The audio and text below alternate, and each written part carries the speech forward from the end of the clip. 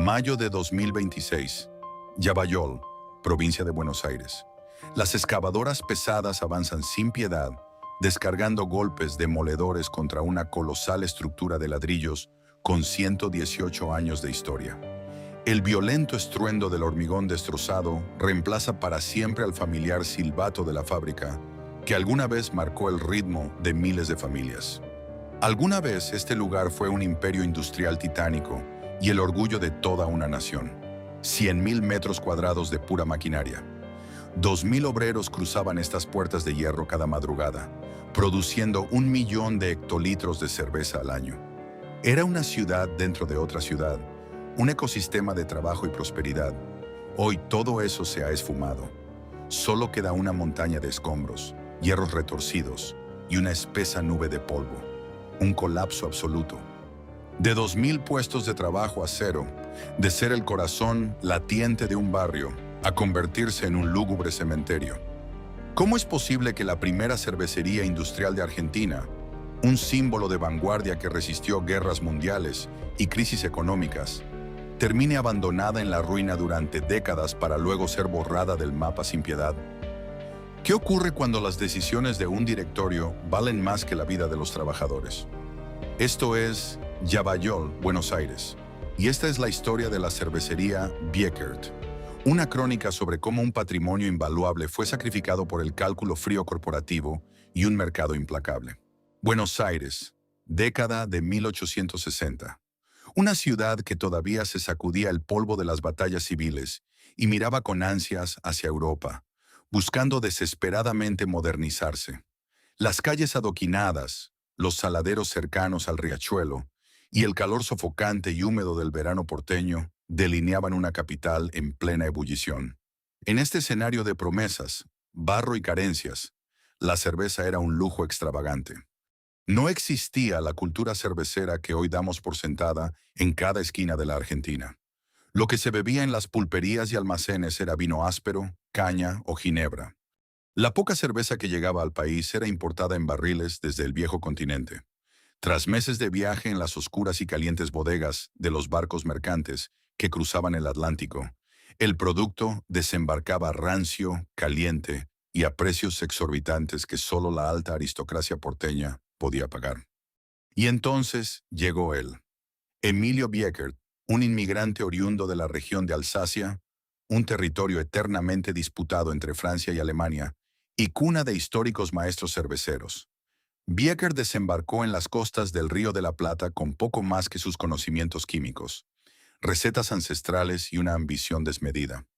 No venía a importar botellas, venía a fabricarlas aquí. Su objetivo era desafiar la lógica comercial de la época, la geografía y, sobre todo, el clima inclemente de Sudamérica.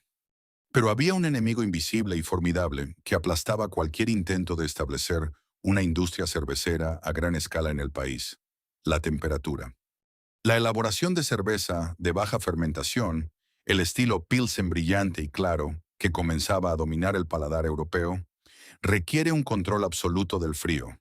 Necesita temperaturas estables y sumamente bajas, tanto para el proceso de fermentación como para la maduración en tanques. En la Europa de aquellos años, los cerveceros utilizaban enormes bloques de hielo natural cortados de los Alpes, o guardaban los barriles en profundas cuevas subterráneas heladas.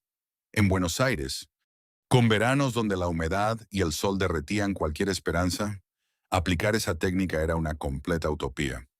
Para mediados del siglo XIX, el hielo en Buenos Aires no se fabricaba, se traía en barco. Bloques gigantes extraídos de lagos congelados en Norteamérica viajaban miles de kilómetros, envueltos en gruesas capas de acerrín, para retrasar su deshielo hasta llegar al puerto. Era un artículo de lujo absoluto, vendido en farmacias casi a precio de oro y recetado para bajar la fiebre. Depender de este hielo importado para mantener fría una fábrica de cerveza era, desde el punto de vista financiero y operativo, un suicidio garantizado. Biekert lo sabía perfectamente. Sabía que instalar una pequeña fábrica artesanal tradicional lo condenaría a ser un productor marginal de cervezas oscuras y pesadas de alta fermentación, sumamente vulnerables a echarse a perder con el primer calor intenso de diciembre. Se enfrentaba a una encrucijada brutal, o abandonaba su gran sueño industrial, o cambiaba las reglas de la termodinámica en el extremo sur del mundo. En un movimiento audaz que definiría el ADN de la empresa para el próximo siglo, Beaker decidió apostarlo todo a una tecnología experimental, algo que rozaba la ciencia ficción para la época. A través de sus contactos en el extranjero, se enteró de los recientes desarrollos mecánicos de refrigeración artificial. Era una tecnología incipiente, ruidosa, peligrosa por el uso de gases volátiles y terriblemente costosa. El inmigrante alsaciano cruzó nuevamente el océano, hipotecando gran parte de su capital y su futuro, para adquirir equipos de última generación. Poco tiempo después, instaló en Buenos Aires la primera máquina fabricadora de hielo artificial del país. Fue una apuesta monumental. Si la compleja maquinaria fallaba, si los compresores de hierro cedían, o si los costos operativos devoraban sus márgenes, Beaker quedaría en la ruina absoluta, lejos de su hogar. Se estableció inicialmente en la zona de Retiro, en la calle Esmeralda. Allí, entre pesadas poleas, calderas a vapor escupiendo humo y el ruido ensordecedor de los enormes compresores, ocurrió el primer milagro industrial de esta historia. La máquina funcionó. Por primera vez en la historia de la ciudad, un empresario no dependía del hielo derretido de Boston ni de los caprichos del clima. Beaker estaba fabricando su propio frío, dominando a la naturaleza. El impacto fue inmediato y sísmico. Al tener control total y constante sobre la cadena de frío, Beaker logró estabilizar el delicado proceso de fermentación. Comenzó a producir una cerveza rubia, translúcida, refrescante y, lo más importante, de una calidad constante. Ya no era un líquido dudoso que llegaba en mal estado. Era cerveza fresca, elaborada a orillas del Río de la Plata, lista para apagar la sed de una ciudad que comenzaba a crecer a un ritmo vertiginoso, impulsada por la ola inmigratoria. El éxito comercial fue arrollador, superando incluso las fantasías más optimistas del propio fundador. Beaker no solo levantó una cervecería, instaló una nueva cultura de consumo en Argentina. De repente, los bares, confiterías y clubes de la ciudad comenzaron a servir vasos fríos y espumosos de su cerveza. La marca se convirtió rápidamente en un sinónimo absoluto de progreso, europeización y modernidad. El gringo de Alsacia había vencido al opresivo clima subtropical. Para finales del siglo XIX, la fábrica original era un hervidero de actividad. La cervecería se expandió, anexó propiedades vecinas y aumentó su producción a niveles que nadie había imaginado posibles en Sudamérica. El inmigrante había construido los cimientos de piedra de lo que parecía ser un imperio inexpugnable. Había transformado el paladar de un país entero y había demostrado, con fierros y sudor, que la gran industria moderna podía florecer en la Argentina.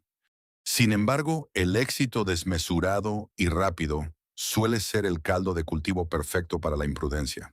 Y la compañía, cegada por la inmensidad de su propio triunfo inicial y la vertiginosa expansión de sus operaciones, estaba a punto de descubrir que vencer al clima porteño era un juego de niños en comparación con sobrevivir a las feroces tormentas financieras. El imperio recién nacido estaba a un solo paso de asomarse al abismo. El éxito rotundo trae consigo una trampa silenciosa y letal: la ilusión de invulnerabilidad. Hacia la última década del siglo XIX, la cerveza de Emilio Beaker fluía por las tabernas, cafés y clubes de Buenos Aires, como un río dorado que parecía inagotable. La demanda era voraz, impulsada por los barcos repletos de inmigrantes sedientos que atracaban en el puerto cada semana, transformando a la ciudad en una metrópolis frenética. Sin embargo, construir un imperio industrial en un país joven, vibrante pero económicamente inestable, es caminar a ciegas sobre hielo fino. Para mantener el ritmo de una ciudad que duplicaba su población en tiempo récord, la cervecería necesitaba expandirse de forma brutal. Necesitaba multiplicar sus calderas, levantar nuevos tanques de maduración, adquirir más hectáreas y nutrir un ejército de carros y caballos para la distribución logística. Y todo eso requería un flujo de capital colosal, un volumen de dinero que los bancos locales, frágiles y golpeados por crisis cíclicas, simplemente no podían sostener. Es aquí donde el sueño romántico del artesano cervecero chocó de frente a toda velocidad contra la fría y calculadora maquinaria de las finanzas internacionales.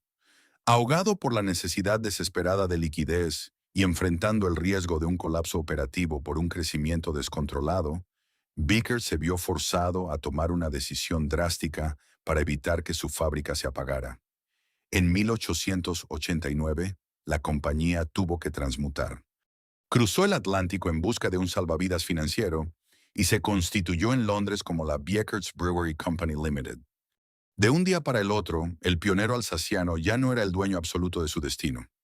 La cervecería dejó de ser un emprendimiento personal para pasar a depender de accionistas británicos, hombres de traje oscuro y galera en la City londinense, que jamás habían respirado el aire húmedo del Río de la Plata ni pisado el barro de la ciudad.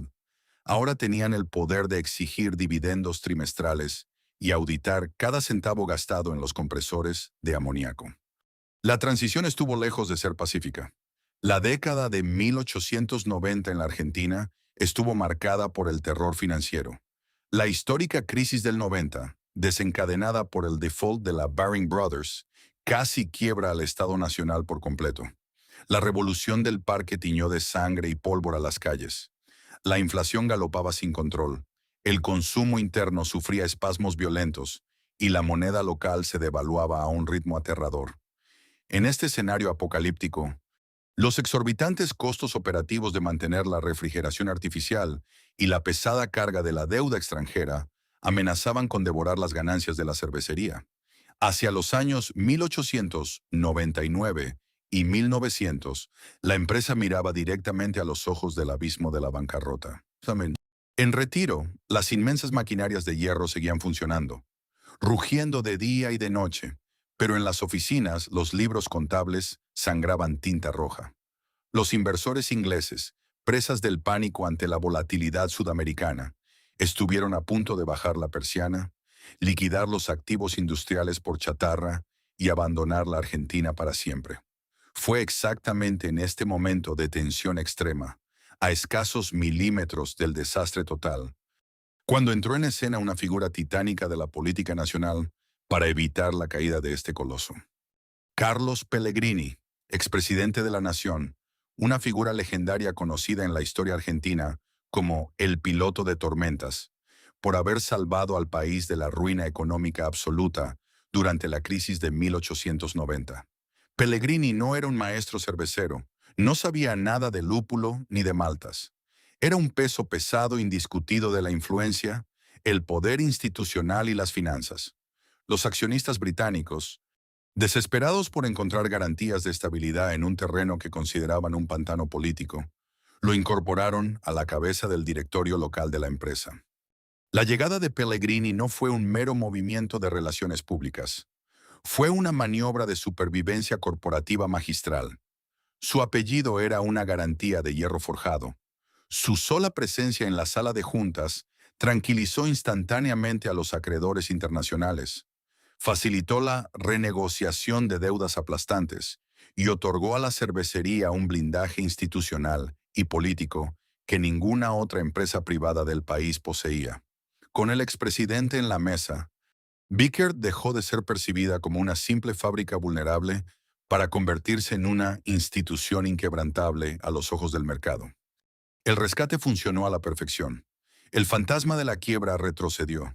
Los capitales frescos comenzaron a fluir nuevamente, permitiendo sanear las cuentas de la compañía y preparar el terreno para una expansión que haría palidecer todo lo logrado hasta entonces. Sin embargo, este salvataje providencial tuvo un costo humano, simbólico y filosófico irreversible. La empresa había mutado para siempre en su esencia. Emilio Vickers, el hombre audaz que había hipotecado su vida para fabricar hielo en el trópico y fundar la industria cervecera argentina, comprendió con amargura que su tiempo había terminado. La estructura se había vuelto demasiado inmensa, demasiado burocrática, demasiado sometida a los caprichos del mercado bursátil. Lentamente, fue marginado de las decisiones clave. A principios del nuevo siglo, desgastado por las presiones corporativas, el fundador vendió sus últimas participaciones y regresó a Europa, alejándose para siempre de la monumental criatura de acero y vapor que había engendrado. La cervecería había sobrevivido a su primer gran infarto, pero el ADN del proyecto había sido modificado de forma permanente. El fuego, la terquedad y la pasión del inmigrante habían sido extirpados y reemplazados por el cálculo frío y pragmático de los directorios corporativos. Irónicamente, este mismo mecanismo de supervivencia, la subordinación absoluta de la identidad humana y el trabajo a los dictámenes de las finanzas, sería la semilla exacta que casi un siglo después terminaría dictando su sentencia de muerte. Pero en aquel momento, a los albores de un nuevo siglo, nadie en Buenos Aires pensaba en finales trágicos ni en fábricas abandonadas. Con las deudas completamente reestructuradas, con el respaldo inagotable de los capitales ingleses y con la bendición directa de la élite política argentina, la maquinaria estaba lista para abandonar sus estrechos confines en la capital federal. Estaba lista para dar el salto más grande de su historia y construir un imperio sin precedentes en el conurbano bonaerense. El verdadero gigante de ladrillo y humo estaba a punto de despertar. Hacia la primera década del siglo XX, la fábrica original de Retiro, aquella que había visto nacer el milagro del hielo artificial, se había convertido en una trampa de ladrillos. Buenos Aires crecía a un ritmo frenético, devorando cada metro cuadrado disponible, pavimentando calles y levantando edificios. El valor de la tierra urbana se había disparado exponencialmente, y para una cervecería que necesitaba multiplicar su volumen de producción a escala masiva, quedarse en el centro de la capital federal era logísticamente imposible y financieramente absurdo.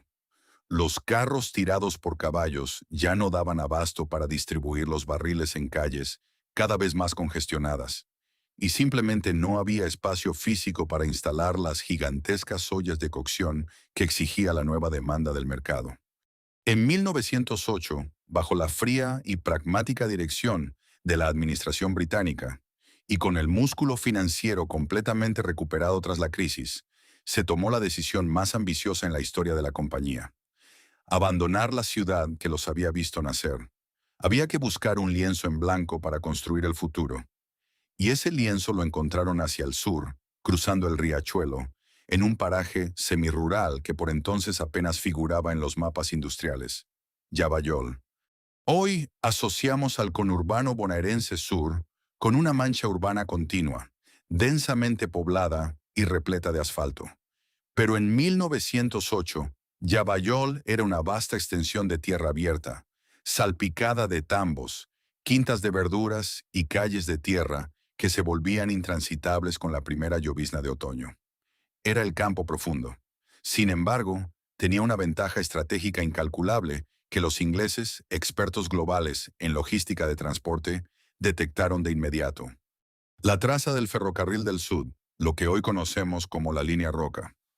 La compañía adquirió un predio descomunal de 10 hectáreas, 100.000 metros cuadrados, pegado a las vías del tren.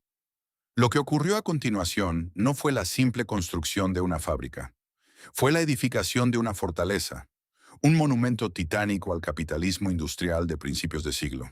Trenes enteros llegaron cargados de toneladas de hierro forjado, gruesas vigas de acero, maquinaria pesada importada directamente de Alemania y Gran Bretaña, y millones de ladrillos cocidos. El diseño arquitectónico de la nueva planta era sencillamente imponente. Se levantaron naves industriales con techos altísimos, chimeneas de ladrillo a la vista que perforaban el cielo gris del conurbano, inmensas salas de cocimiento con relucientes calderas de cobre, y sótanos gélidos equipados con un sistema de refrigeración colosal, infinitamente más poderoso que el que había imaginado el fundador Emilio Bieckert décadas atrás. Las chimeneas escupían un humo espeso que se veía a kilómetros. Una señal de progreso inequívoca para la época. Los motores a vapor y los compresores generaban un zumbido grave, una vibración constante que se sentía en la planta de los pies, incluso antes de cruzar los inmensos portones de hierro. Además, se construyó una obra maestra de la distribución, un ramal ferroviario propio. Los trenes de carga entraban directamente a las entrañas de la fábrica para llenar sus vagones con los cajones de cerveza recién embotellada y distribuirlos por toda la red nacional, desde la aridez de la Quiaga hasta los vientos helados de la Patagonia. La capacidad productiva se multiplicó a niveles insospechados. Cuando la planta de Yavayol inauguró oficialmente, dejó al país entero boquiabierto. Era la cervecería más grande, moderna y tecnológicamente avanzada de toda Sudamérica. Bickert había dejado de ser una fábrica exitosa para coronarse como un verdadero imperio. Pero levantar un coloso de acero y ladrillo de 10 hectáreas en el medio de la nada genera un fenómeno colateral inevitable. Una estructura de esta magnitud no funciona sola. Necesita manos. Miles de manos humanas. Cientos de familias comenzaron a migrar masivamente hacia Yavayol, buscando el codiciado trabajo en la fábrica. Un pasaporte a la estabilidad económica en un país de inmigrantes. De la noche a la mañana, los loteos alrededor del predio se multiplicaron. Se abrieron calles. Se levantaron casas modestas con techos de chapa y frentes de material. Surgieron almacenes, panaderías, boticas y escuelas. La cervecería no solo estaba fabricando cerveza, estaba fundando, ladrillo a ladrillo, una ciudad entera. El impacto de Bickert en Yavayol fue absoluto y totalizador. La fábrica instauró un ecosistema donde la vida urbana y la vida industrial se fundieron en un abrazo indisoluble. El elemento más simbólico, casi místico, de esta simbiosis era el silbato de la cervecería. Su sonido, un alarido metálico y grave, rasgaba el aire del barrio varias veces al día con precisión británica.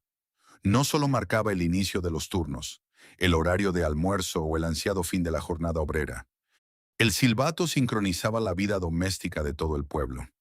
Las madres sabían que era hora de poner la olla al fuego cuando sonaba el pitazo del mediodía. Los chicos en la calle sabían que faltaba poco para volver a casa.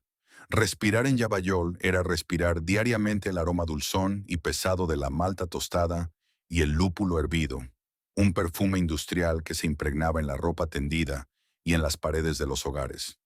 Esta bonanza económica sin precedentes trajo consigo un florecimiento cultural y social vibrante. El ejemplo más brillante de esta edad de oro fue la consolidación de espacios como el Teatro Cosmopolita, nacido del empuje de una comunidad fuertemente nutrida por los ingresos directos e indirectos que generaba la fábrica. Los obreros de Bickert, orgullosos de su oficio y con salarios estables, formaron clubes de barrio, sociedades de fomento y equipos de fútbol. Yavayol florecía a la sombra de las chimeneas y se sentía invencible. Trabajar en Bickert era un título nobiliario para la clase trabajadora, una herencia preciada que se pasaba con orgullo de padres a hijos. Entrar a la cervecería significaba asegurar el futuro. Era tener garantizado el plato de comida, el respeto de los vecinos y la tranquilidad de un empleo para toda la vida. Sin embargo, debajo de esta hermosa postal de prosperidad comunitaria, se estaba gestando lentamente una vulnerabilidad estructural aterradora. Sin darse cuenta, habían construido lo que en la sociología industrial se conoce como un company town o pueblo de compañía. La relación entre Yavayol y Bickert era de una codependencia absoluta y enfermiza. El tejido social, el pequeño comercio local, el mercado inmobiliario barrial y hasta el estado de ánimo de miles de personas dependían exclusivamente del balance financiero de un único directorio corporativo, cuyas oficinas centrales ni siquiera estaban en el barrio. Era en esencia una jaula de oro macizo. Mientras los tanques estuvieran llenos, la cerveza siguiera fluyendo y los vagones del tren salieran cargados, Yavayol viviría en la abundancia y la paz. Pero esta simbiosis perfecta ocultaba una tensión oscura e invisible en el horizonte. Si algún día la maquinaria tropezaba, si las reglas del mercado cambiaban bruscamente, o si los números dejaban de cerrar para los fríos analistas de la capital, Yavayol no solo perdería una fuente gigantesca de empleo, perdería su corazón. Y cuando a una ciudad le arrancan el corazón de un tirón, lo único que queda es un fantasma esperando la demolición. Para mediados del siglo XX, cruzar los inmensos portones de hierro de la cervecería Bickert en Yavayol era ingresar a las entrañas de una bestia metálica que jamás dormía. La planta había dejado atrás su fase de expansión inicial para alcanzar su clímax operativo. transformándose en una obra maestra absoluta de la ingeniería industrial. En esta época dorada, que abarcó las décadas del 40, 50 y 60, ya no se trataba simplemente de fabricar una bebida. Se trataba de coreografiar a la perfección una danza monumental y ensordecedora de vapor a alta presión, miles de litros de agua, toneladas de malta tostada y acero inoxidable reluciente. En este periodo la fábrica rompió todos los récords históricos imaginables, alcanzando un hito que mareaba a cualquier competidor sudamericano: la producción sostenida de 1 millón de hectolitros anuales. Para dimensionar esta cifra en el contexto de la época, significaba que una porción abrumadora de toda la cerveza que se consumía en la República Argentina nacía de estas calderas. El proceso interno era un reloj suizo amplificado a una escala titánica. La coreografía comenzaba en la parrilla ferroviaria de la planta, donde vagones de carga descargaban diariamente toneladas de la mejor cebada malteada del país. Desde allí, un intrincado sistema de norias y cintas transportadoras elevaba el grano hacia gigantescos silos de almacenamiento que proyectaban largas sombras sobre el barrio. En la sala de cocimiento, el corazón sagrado de la cervecería, inmensas ollas de cobre macizo hervían el mosto a temperaturas exactas, controladas por maestros cerveceros que caminaban por pasarelas de rejilla metálica, envueltos permanentemente en nubes de vapor dulce y espeso. Luego, el líquido descendía hacia las profundidades, a los sótanos refrigerados. Allí, en un silencio sepulcral que contrastaba con el estruendo de la superficie, descansaban tanques de fermentación y maduración del tamaño de edificios pequeños. El amoníaco corría por kilómetros de tuberías escarchadas, manteniendo la temperatura al borde del punto de congelación con una precisión clínica, sin importar si afuera el asfalto del conurbano hervía en pleno enero. Pero el verdadero espectáculo sensorial se desataba en las naves de envasado. Las líneas de embotellado eran un río hipnótico e interminable de vidrio oscuro. Cientos de miles de botellas chocaban entre sí con un tintineo agudo y rítmico, avanzando por las cintas a una velocidad vertiginosa para ser lavadas, llenadas, tapadas, pasteurizadas y etiquetadas en cuestión de minutos. El nivel de automatización mecánica era deslumbrante. El producto estrella, el estandarte indiscutido de esta maquinaria perfecta, era la icónica Rubia Pilsen, una cerveza de una calidad tan constante, de un sabor tan estandarizado y confiable, que se había adueñado por completo de la mesa dominical de los argentinos, de los bodegones porteños y de los clubes de pueblo. Todo en Yabayol funcionaba con una precisión abrumadora. Las flotas de camiones pesados salían sincronizadas por los portones, despachando cajones de madera hacia cada rincón de la geografía nacional, mientras los trenes cargueros llevaban el nombre Biekert hacia el interior profundo. La maquinaria era, a los ojos de todos, invencible. Dentro de los muros perimetrales de la fábrica, esta maquinaria perfecta engendró un ecosistema de triunfo y una cultura de orgullo laboral casi sagrado. Ser un operario, un mecánico o un administrativo en Yabayol era pertenecer a la élite absoluta de la clase obrera industrial argentina. Los salarios no solo eran altos y pagados a rajatabla, venían acompañados de beneficios que hoy parecen ciencia ficción: proveeduría interna, asistencia médica de primer nivel para toda la familia, y la certeza psicológica de que uno podía jubilarse en el mismo lugar donde había comenzado de aprendiz. Los trabajadores caminaban por las calles del barrio con la frente en alto, vistiendo sus uniformes como si fueran condecoraciones militares.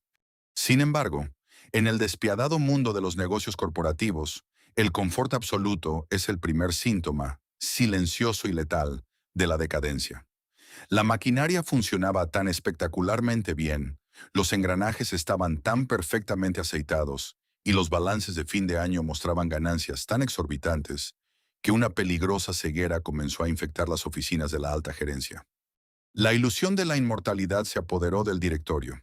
Acostumbrados a dominar el mercado por el simple peso de su historia y su volumen de producción, los ejecutivos empezaron a creer que la fórmula del éxito era estática y eterna. La lógica imperante en las salas de reuniones se redujo a una premisa fatal: si no está roto, no lo arregles. Y bajo esa excusa del conservadurismo financiero, cerraron los ojos a las sutiles pero irreversibles placas tectónicas que comenzaban a moverse debajo de ellos. Mientras Yabayol seguía escupiendo eficientemente su millón de hectolitros de la clásica rubia Pilsen, el país exterior estaba mutando. Hacia finales de los años 60 y principios de los 70, la demografía argentina cambiaba a pasos agigantados. Una nueva generación de consumidores jóvenes irrumpía en el mercado buscando nuevos estímulos, publicidades más agresivas, envases más modernos y propuestas más frescas. Al mismo tiempo, en otras provincias, competidores que antes parecían inofensivos comenzaban a invertir silenciosamente en tecnología de punta, en estrategias de marketing revolucionarias y en una logística mucho más ágil. Pero en Beaker, el orgullo se había transformado en soberbia. Se negaron a modernizar las líneas de embotellado porque las viejas máquinas, aunque consumían demasiada energía y requerían un mantenimiento costosísimo, seguían funcionando. Desestimaron las campañas de publicidad modernas porque asumieron con una arrogancia suicida que el apellido de la marca era suficiente para mantener la lealtad eterna del consumidor. Subestimaron a los rivales emergentes, tratándolos como molestias menores que jamás podrían igualar la mística de la gran cervecería porteña. La inercia del éxito monumental los había paralizado por completo. Sin saberlo, al enamorarse de su propia maquinaria perfecta y al negarse a mirar por las ventanas de sus oficinas para entender que el mundo estaba cambiando de ritmo, los líderes de la compañía estaban firmando el acta de inicio de su propia tragedia. Las calderas seguían rugiendo, el silbato de Yabayol seguía marcando la hora exacta, y las botellas seguían tintineando en las cintas de acero. Pero en lo más profundo de la estructura corporativa, los primeros tornillos ya habían comenzado a aflojarse. La época dorada estaba a punto de colisionar, de frente y a toda velocidad, contra una nueva y brutal realidad de mercado. Los años 70 y 80 en la República Argentina no perdonaban a los lentos. El país había ingresado en una espiral de volatilidad económica, inflación crónica y cambios socioculturales profundos que reescribirían las reglas del consumo para siempre. En este nuevo tablero, salvaje e impredecible, la inercia que la gerencia de Beaker había confundido con invencibilidad comenzó a cobrar un precio carísimo. La primera gran grieta en la corona del imperio de Yabayol no vino de una falla en sus máquinas, sino de un cambio tectónico en la mente del consumidor argentino.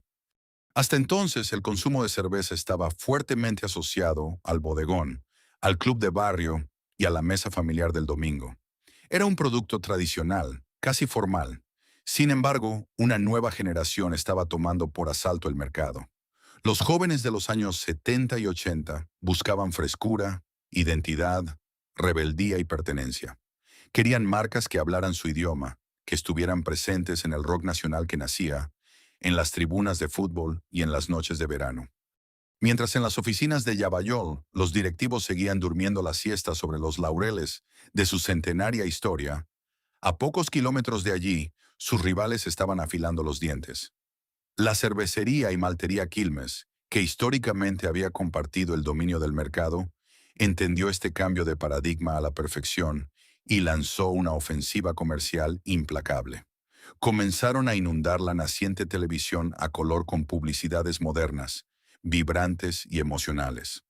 Auspiciaron a los equipos de fútbol más grandes del país, asociando su marca a la pasión popular. Modificaron el diseño de sus etiquetas, introdujeron envases más prácticos y construyeron una logística de distribución capilar que penetraba hasta en el último kiosco del país. ¿Cuál fue la respuesta de Vickers frente a este bombardeo? El silencio de la soberbia. Convencidos de que la rubia Pilsen era un patrimonio nacional intocable, se negaron a entrar en lo que consideraban un juego frívolo de marketing. Siguieron vendiendo tradición en un país que estaba desesperado por consumir modernidad. La publicidad de la marca se volvió rancia, anticuada y distante. Lentamente, de manera casi imperceptible al principio, el consumidor joven dejó de pedir Biekert. La lealtad a la marca, que la empresa creía incondicional y hereditaria, demostró ser una ilusión dolorosa. A esto se sumó otro fenómeno letal: la irrupción de los supermercados. El formato de las grandes superficies comerciales transformó la forma de comprar. Ya no era el almacenero de confianza quien sugería qué botella llevar. Ahora las marcas debían pelear a muerte por el espacio visual en las góndolas iluminadas con tubos fluorescentes. Y en esa guerra de exhibición, posicionamiento y agresividad de precios, la vieja y aristocrática Vickers demostró ser un elefante torpe incapaz de moverse al ritmo que exigían los nuevos tiempos. La cuota de mercado, que durante décadas había sido una fortaleza inexpugnable, comenzó a desangrarse trimestre a trimestre. La sangría en las ventas desenmascaró el segundo gran problema, uno mucho más grave y estructural. Al caer el volumen de facturación, la empresa se vio obligada a mirar con lupa sus costos operativos, y lo que encontraron en los balances fue aterrador. La maquinaria perfecta de Yabayol, aquella maravilla ingenieril que había asombrado a Sudamérica, se había convertido en un dinosaurio devorador de recursos. Lo que en la década del 50 era tecnología de punta, en los años 80 era chatarra industrial altamente ineficiente. Las gigantescas ollas de cobre requerían un mantenimiento exhaustivo y manual. Los enormes compresores de amoníaco, vitales para mantener el frío, consumían cantidades obscenas de energía eléctrica, justo en una época donde las tarifas energéticas en Argentina sufrían tarifazos brutales.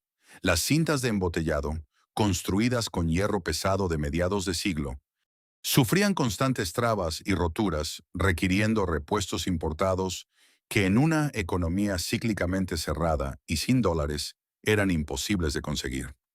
Mientras sus competidores construían plantas hipermodernas con acero inoxidable, sistemas automatizados e informatizados que requerían la mitad del personal y consumían una fracción de la energía, Vickers seguía operando con la lógica de la posguerra. El costo de producir un litro de cerveza en Yabayol pasó a ser dramáticamente superior al de cualquier otra planta competidora en el país. El tamaño colosal del predio de 10 hectáreas, que antes era un símbolo de poderío y orgullo, ahora era un ancla de hormigón que arrastraba las finanzas de la empresa hacia el fondo. El pánico se apoderó de los escritorios de caoba de la dirección, pero en lugar de asumir el error estratégico y realizar la inversión de capital masiva que se necesitaba para reconvertir la fábrica, una inversión que los accionistas ya no estaban dispuestos a financiar dada la caída de las ventas, optaron por la peor salida posible, el ajuste. Comenzaron a recortar gastos de mantenimiento.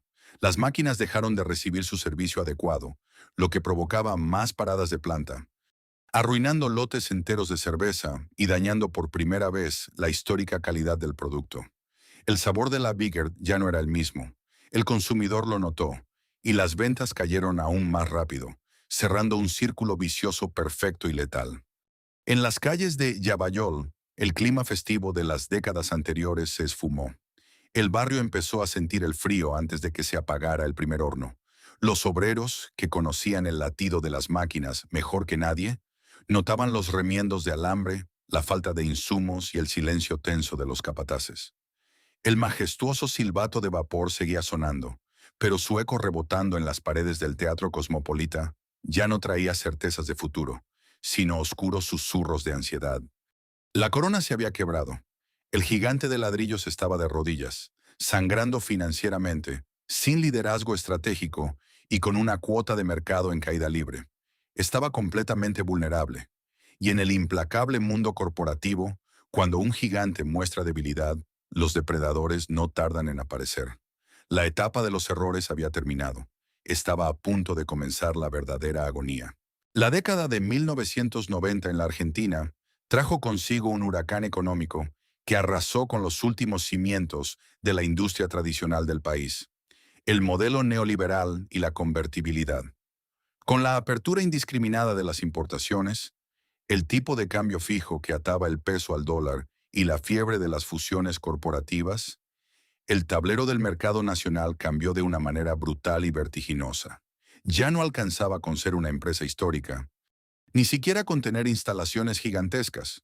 Había que ser global, hipereficiente y, sobre todo, despiadado. En este nuevo ecosistema, donde la competencia extranjera inundaba las góndolas con cervezas importadas más baratas y el capital se movía a la velocidad de un clic, La vieja e ineficiente cervecería Vickert era una presa sumamente fácil. Vulnerable, endeudada y con una cuota de mercado cada vez más ínfima, Vickert fue perdiendo rápidamente su independencia. El gigante que alguna vez había dominado el país fue absorbido, devorado en un juego de ajedrez financiero por las mismas empresas que en el pasado había mirado con desdén. En el despiadado proceso de concentración de la industria cervecera de fin de siglo, la marca pasó a formar parte del grupo Quilmes, su eterno y fiero rival histórico. Más tarde, los furiosos movimientos del mercado internacional llevarían estos activos bajo la órbita de capitales aún mayores. El choque cultural fue devastador. Para los nuevos dueños, Vickert no era un patrimonio histórico, ni el orgullo de la nación, ni el sustento de una familia ampliada. Era, lisa y llanamente, una línea en una planilla de cálculo. Era una marca secundaria, casi marginal, dentro de un portafolio inmenso de productos globales. Y lo más problemático de todo, Yavayol era una fábrica absolutamente obsoleta y obscenamente cara de mantener. Los nuevos directivos de traje a medida, jóvenes formados en escuelas de negocios internacionales que bajaban de autos importados y pisaban fugazmente la planta, no sentían ningún tipo de apego por los ladrillos centenarios. No les importaba la historia del teatro cosmopolita, ni las anécdotas de abuelos y padres que habían dejado su sudor en las salas de cocimiento para construir el barrio.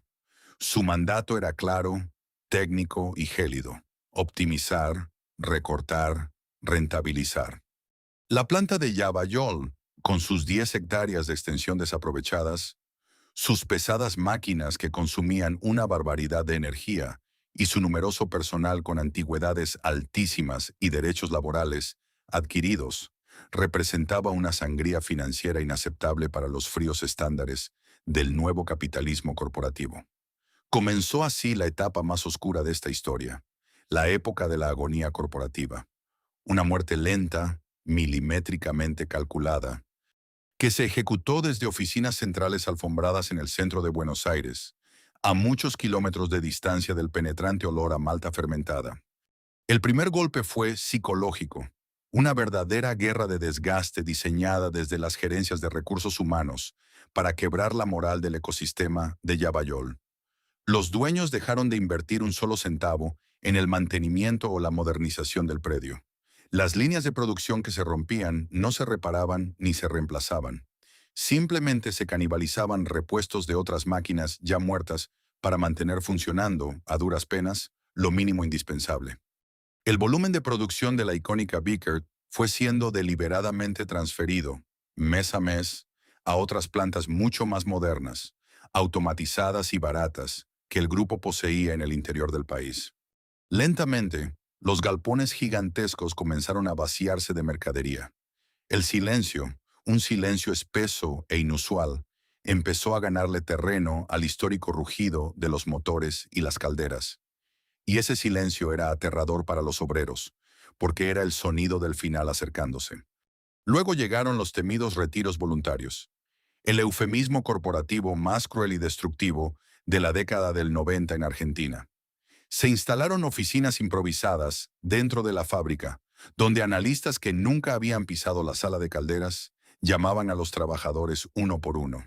Les ofrecían cheques de indemnización que, bajo el engañoso brillo del 1 a 1, $1, $1, parecían una fortuna que solucionaría sus vidas, a cambio de que renunciaran a sus puestos de siempre.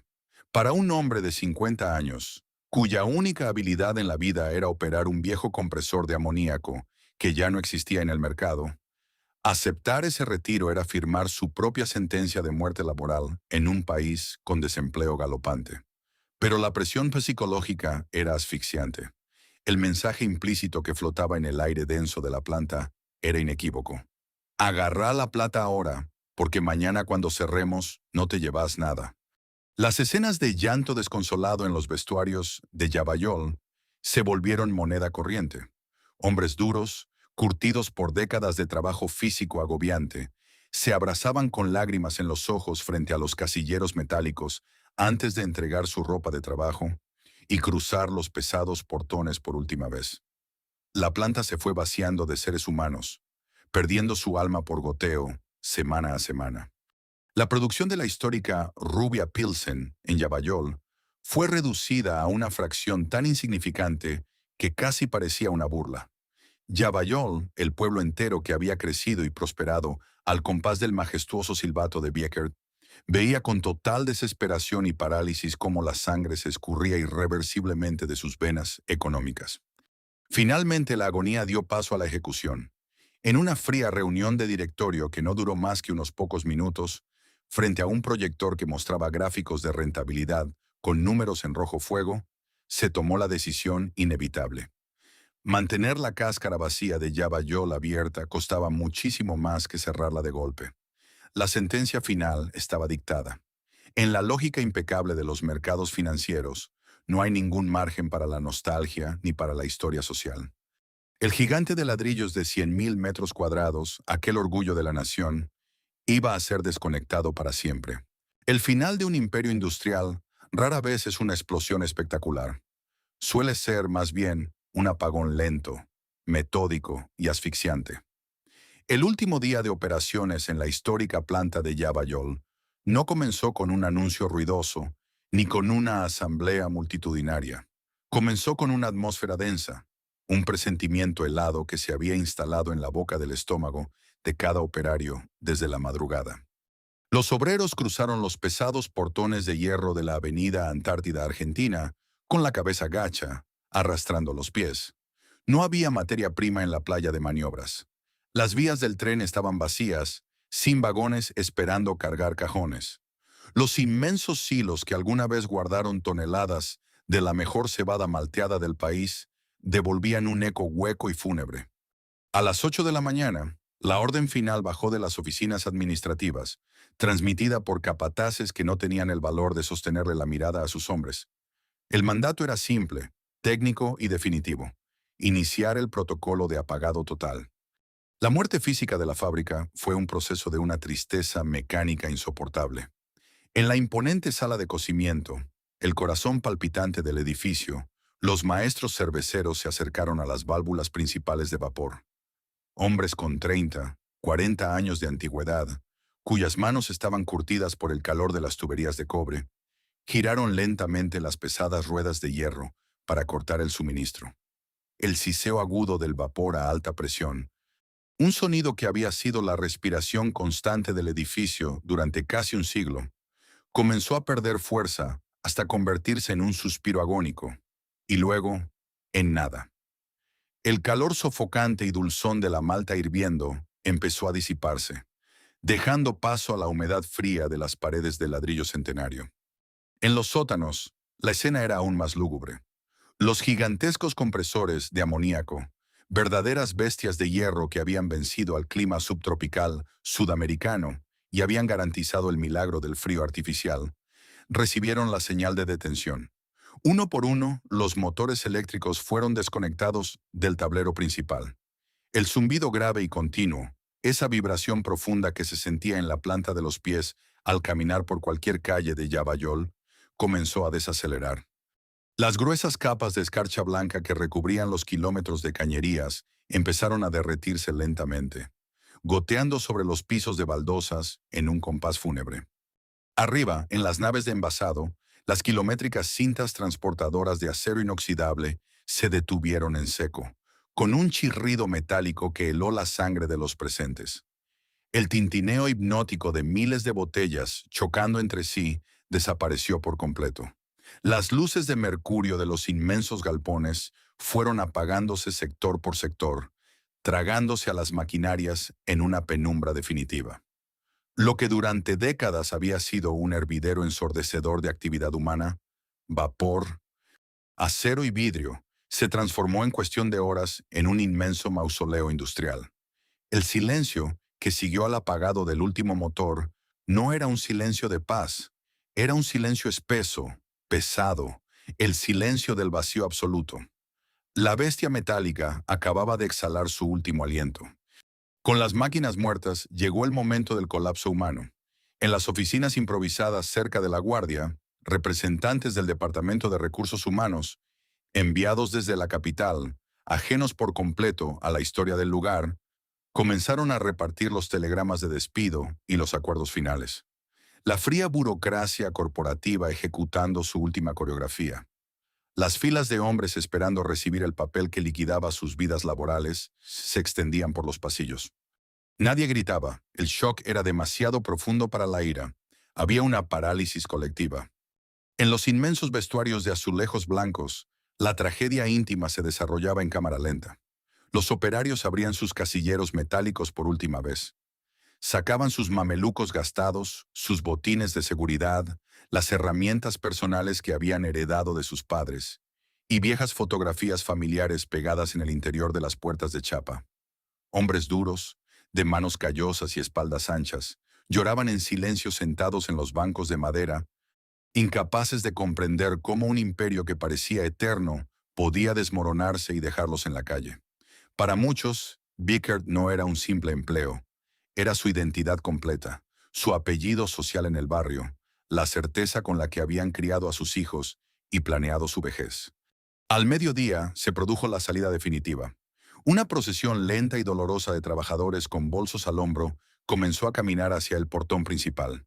A medida que abandonaban el predio, miraban hacia atrás, observando las imponentes chimeneas de ladrillo que ya no escupían humo, los galpones oscuros y las ventanas rotas de las oficinas donde la historia había sido sentenciada.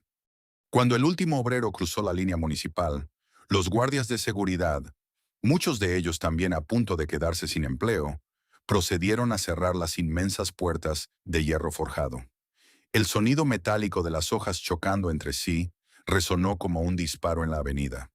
Una gruesa cadena de acero fue enredada entre los barrotes, asegurada con un candado industrial. Ese simple clac del candado cerrándose fue el punto final absoluto a 118 años de historia cervecera. En las calles de Yavayol, el impacto psicológico fue instantáneo.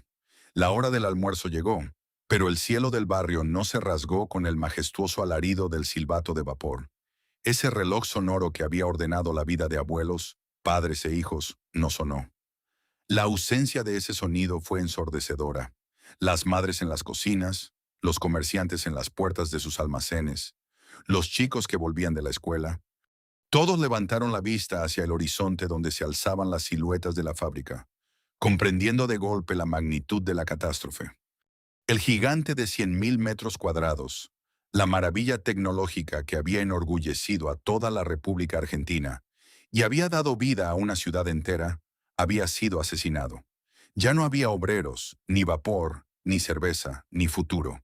De sus gloriosos días de esplendor solo quedaba un inmenso esqueleto de ladrillo vacío, condenado a la herrumbre, al abandono y a los fantasmas. El paso del tiempo tiene una forma muy particular y cruel de procesar el abandono. Cuando una casa se vacía, la naturaleza tarda algunos años en reclamarla. Pero cuando una ciudad industrial de 100.000 metros cuadrados se apaga de golpe, la decadencia asume una escala monumental. Durante más de 2 décadas, desde los primeros años del nuevo milenio hasta bien entrado el 2025, el inmenso complejo de Yavayol se transformó en un gigante fantasma incrustado en el corazón mismo del conurbano bonaerense. El silencio, que se había instalado de manera abrupta el último día de operaciones, se fue solidificando año tras año hasta convertirse en una presencia física y opresiva. Sin el calor constante de las calderas, ni los ejércitos de operarios realizando el mantenimiento diario, la humedad implacable de la provincia de Buenos Aires comenzó su lento, pero inexorable, trabajo de demolición natural. El óxido empezó a devorar los gruesos portones de hierro forjado y a teñir de un rojo parduzco, casi sanguinolento, las estructuras metálicas que alguna vez habían sostenido techos relucientes.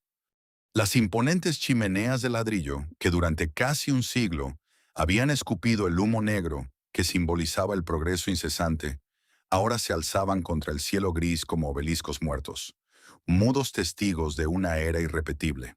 Los inmensos ventanales, que supieron filtrar la luz del sol sobre las brillantes líneas de acero inoxidable, fueron sistemáticamente apedreados y destrozados por el vandalismo y la desidia. El interior quedó brutalmente expuesto a las furiosas tormentas de verano. Las palomas y las ratas encontraron en los antiguos sótanos de maduración y en los silos vacíos un refugio perfecto. reclamando como suyo el territorio que la industria humana había desechado. Para los habitantes de Yavayol, convivir cotidianamente con este cadáver arquitectónico era una tortura psicológica de baja intensidad. No era simplemente un edificio derruido en el vecindario, era el mausoleo de sus propios pasados, una cicatriz abierta en el medio del trazado urbano. Los exobreros, muchos de ellos ya convertidos en jubilados con pensiones mínimas o intentando sobrevivir en trabajos precarios tras haber sido expulsados del mercado formal, tenían que transitar por la avenida Antártida Argentina y ver cómo la maleza salvaje se tragaba lentamente el lugar donde habían dejado el sudor de su juventud. Cada ladrillo desmoronado, cada yuyo que lograba quebrar el cemento de las vías muertas del tren de carga, era un recordatorio físico y constante de la vulnerabilidad obrera frente a las decisiones de los directorios corporativos. Los vecinos evitaban mirar hacia adentro al pasar, pero el gigante era sencillamente demasiado inmenso para ser ignorado. Ocupaba 10 manzanas completas en el centro de sus vidas, proyectando una sombra helada que parecía congelar cualquier intento de progreso comercial en las calles aledañas. A lo largo de esos 20 años de agonía estructural, surgieron algunos destellos efímeros de esperanza. Se tejieron incontables rumores en los cafés del barrio y se presentaron proyectos grandilocuentes en los despachos gubernamentales. Se habló de expropiar el predio para convertirlo en un inmenso polo cultural, un museo nacional de la industria que honrara la memoria del trabajo y resguardara el patrimonio histórico de la arquitectura fabril. Se discutió en audiencias la posibilidad de transformar las naves industriales en un centro universitario de vanguardia o en un parque verde público que devolviera ese espacio vital a la comunidad. Políticos de diferentes banderas se fotografiaron frente a los portones oxidados, prometiendo ante los micrófonos la inminente reactivación y puesta en valor del espacio. Pero todas y cada una de estas iniciativas chocaron violentamente contra la misma pared de hormigón: el desinterés del capital y la burocracia estatal. Los dueños del terreno, ahora atrincherados detrás de complejos fideicomisos financieros y sociedades anónimas, no tenían el más mínimo interés en preservar la memoria romántica de la cerveza ni el patrimonio arquitectónico. Para ellos, esos 100.000 metros cuadrados no eran un pedazo de historia argentina. Eran exclusivamente un activo inmovilizado en un balance contable. Estaban simplemente esperando, con la paciencia gélida de los mercados, el momento exacto en que la especulación inmobiliaria justificara su liquidación. La ironía resultaba desgarradora. El mismo modelo económico y financiero que había dictaminado en los años 90 que la fábrica era demasiado ineficiente y costosa para seguir operando, ahora dictaminaba que era demasiado costosa para ser desmantelada o reconvertida para uso social. Así, el predio quedó atrapado en un limbo temporal aterrador, pudriéndose a la intemperie frente a los ojos de quienes lo habían construido. Yavayol se había resignado a convivir con su fantasma, llegando a creer que esta lenta y triste decadencia sería el estado permanente de las cosas hasta el fin de los tiempos. Pero en el implacable mundo del desarrollo urbano y la logística moderna, ningún lote de 10 hectáreas en una ubicación estratégica permanece olvidado para siempre. El letargo melancólico del gigante estaba a punto de terminar, y el desenlace final no traería ni restauración institucional ni justicia poética. Traería, de la manera más cruda posible, la aniquilación absoluta. El desenlace de las grandes tragedias urbanas rara vez es pacífico. A menudo requiere de un catalizador violento que acelere lo inevitable y borre las evidencias del fracaso. Para el gigante dormido de Yavayol, ese golpe de gracia no llegó a través de una ceremonia oficial, sino envuelto en un manto oscuro de fuego y humo denso. En marzo de 2026, una madrugada que los vecinos del partido difícilmente olvidarán, un incendio masivo y de orígenes sumamente sospechosos se desató en las entrañas de los antiguos depósitos principales. Las llamas treparon con una velocidad aterradora, iluminando el cielo nocturno del conurbano sur con un resplandor anaranjado que se veía a kilómetros de distancia. El fuego consumió en pocas horas los techos de madera centenaria, derritió los viejos cableados y debilitó irremediablemente las pesadas estructuras metálicas que habían resistido estoicamente más de 2 décadas a la intemperie. Las dotaciones de bomberos voluntarios lucharon heroicamente hasta el amanecer para controlar el infierno. Pero el daño estructural ya era catastrófico y definitivo. El fuego, ya fuera provocado intencionalmente para limpiar el terreno o simplemente el producto previsible de la desidia extrema, dictó la sentencia física que la burocracia estatal y el cálculo corporativo habían postergado cobardemente durante años. Apenas 2 meses después del incendio, en mayo de 2026, la excusa del peligro inminente de derrumbe aceitó rápidamente los engranajes legales, y la orden de demolición total se hizo efectiva de manera express. El destino final del histórico predio finalmente salió a la luz pública, confirmando los peores y más cínicos temores de la comunidad local. No habría recuperación histórica. No habría museo de la industria nacional que honrara el esfuerzo de los pioneros. Ni siquiera se contempló un parque verde público para oxigenar el asfalto. En el altar de la economía globalizada del siglo XXI, donde la producción industrial pesada y el trabajo manufacturero han cedido su lugar a la circulación frenética e invisible de mercancías, los gloriosos restos de la cervecería Bieker serían arrasados hasta los cimientos para construir un gigantesco y genérico centro logístico. Un nodo de distribución conformado por galpones de chapa prefabricada, diseñado exclusivamente para almacenar paquetes de comercio electrónico que entran y salen en cuestión de horas. Una arquitectura rápida, fría y sin alma para una economía sin ningún tipo de arraigo territorial. La llegada de las cuadrillas de demolición marcó el verdadero punto de no retorno. Docenas de retroexcavadoras pesadas, grúas con bolas de demolición y topadoras invadieron el predio, operando como un ejército mecanizado que ocupa una ciudad derrotada. Los brazos hidráulicos, armados con enormes pinzas de acero y martillos neumáticos, comenzaron a morder, golpear y desgarrar con furia ciega los macizos muros de ladrillo que los obreros habían ensamblado a mano con meticuloso orgullo. El estruendo que sacudió las calles aledañas era doloroso.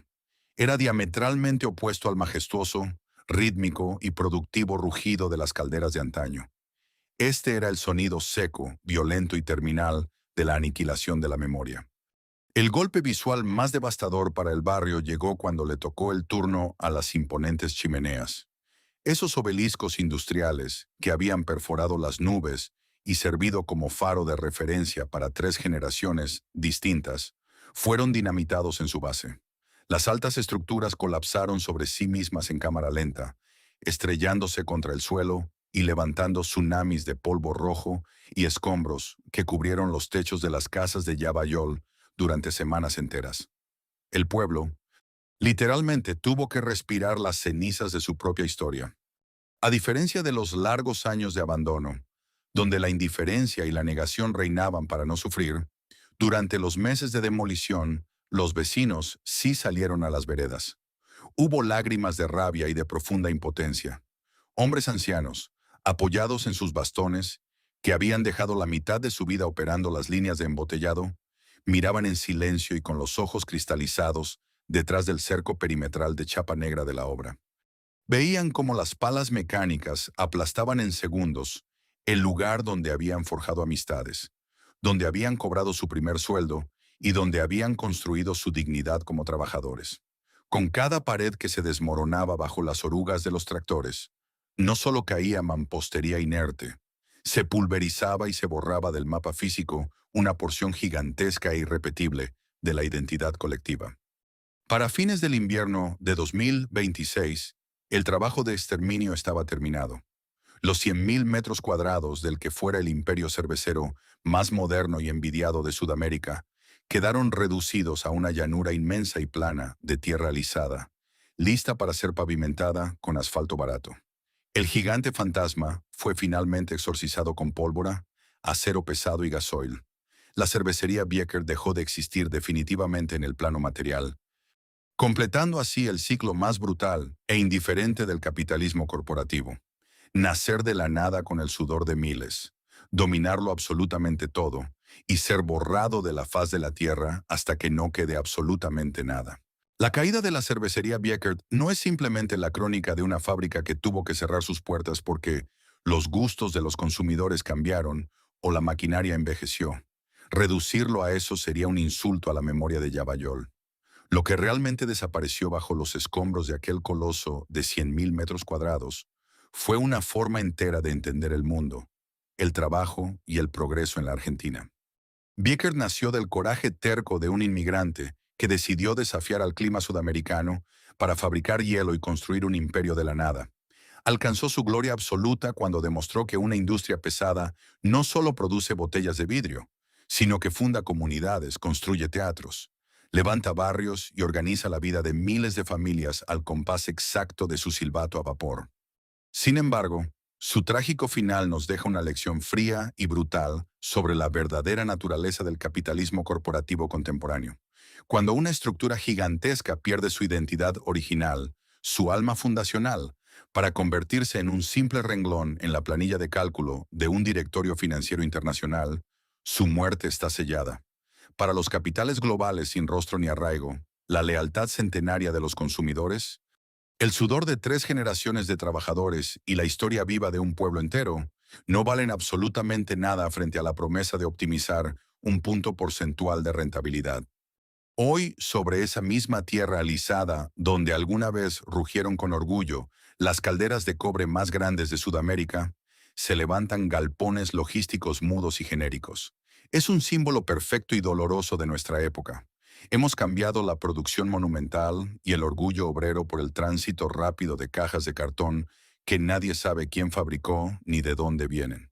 La cervecería Biekert ya no existe físicamente, pero la herida urbana y social que dejó su ausencia sigue latiendo en el sur del conurbano bonaerense, obligándonos a preguntarnos qué clase de futuro estamos construyendo cuando permitimos que nuestra historia material sea borrada del mapa con tanta facilidad. ¿Qué opinas sobre el destino de estos gigantes industriales frente a las nuevas reglas del mercado? ¿Conocías la verdadera historia de la cervecería Bickert o tu familia tiene algún recuerdo ligado a ella? Déjanos tu comentario acá abajo, suscríbete al canal para no perderte nuestras próximas investigaciones y acompáñanos en el siguiente documental para seguir descubriendo las historias ocultas que forjaron y destruyeron nuestro país.